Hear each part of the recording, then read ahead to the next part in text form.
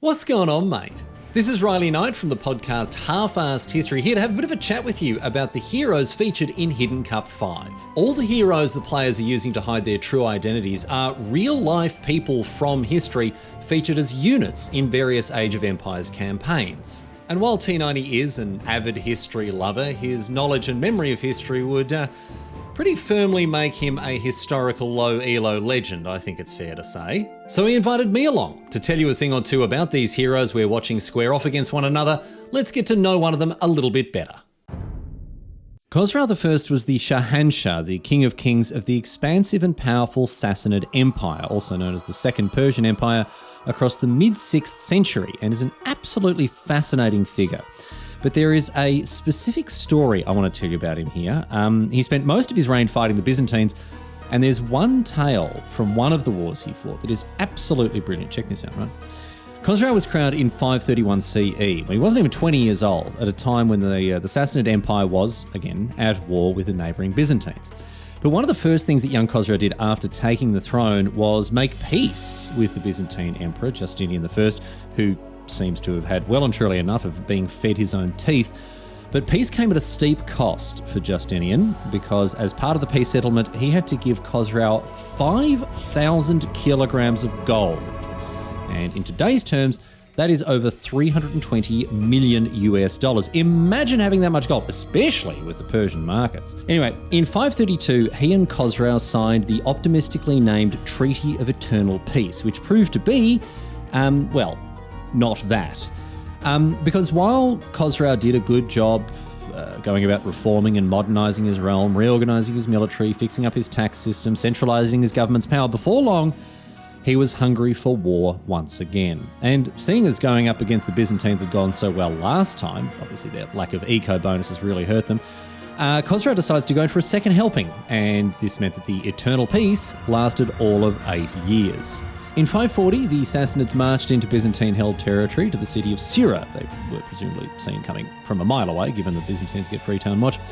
And the city was captured and sacked immediately, despite the Byzantine defensive bonus, and then the Sassanids moved on to their next target, Hierapolis. The citizens of the city of Hierapolis had a quick whip round and managed to scrape together around half a ton of silver, which is around $400,000 US these days, in case you were wondering. And they offered this to Khosrau essentially as a bribe in order to just not attack the town. So that's a freebie for Khosrau. He moves on, takes the silver, and this time targets the city of Beroia. Now, I'm not even sure if the citizens of Beroia were given a chance to pay him off, to be honest, but whether they tried to or not, it didn't matter. Beroia was razed to the ground just like Syra, but Khosrau isn't finished yet. And by this stage now, the Byzantines are coming to him. They're offering him half a ton of gold, not silver this time, if only he'll turn around, call off the invasion altogether and head home. And Khosrau agrees. But by the time he arrives at the famous city of Antioch, this gold the Byzantines have promised, it is nowhere to be seen. So Khosrau says, look, do you want to have a quick look between the couch cushions here in Antioch, see if you got half a ton of gold lying about? Oh, you don't? Okay, well, too bad. What can I do? Khosrau attacked Antioch and, surprise, surprise, razed it to the ground, looted everything that wasn't nailed down, and absolutely obliterated everything else. He left nothing behind, not even the city's population. But he didn't kill these people. No. He took them all prisoner, and he sent them packing back to the Sassanid Empire. The war with the Byzantines continued, but we're going to head back to Persia with all these prisoners from Antioch to talk about what they got up to. They were sent to a spot near the Sassanid capital city of Ctesiphon on the banks of the Tigris River, and there they were joined by other prisoners from the other cities that Khosrau had sacked, from Syra and Beroia and plenty more later on.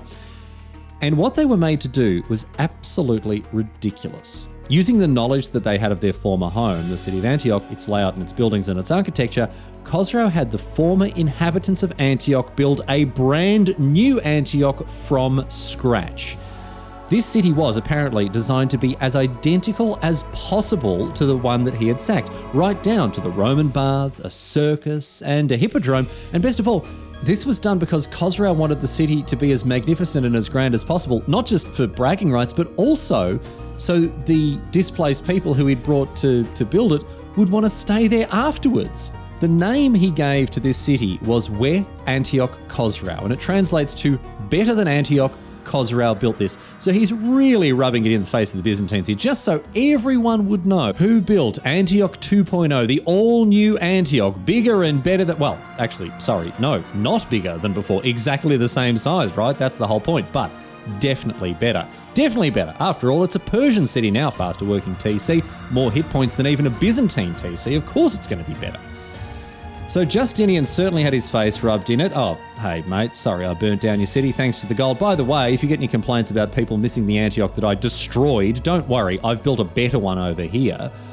So, will Khosrau embarrass and humiliate his foes once again as he fights for glory and riches in Hidden Cup 5, or will his hubris get the better of him? We'll find out as Hidden Cup 5 continues.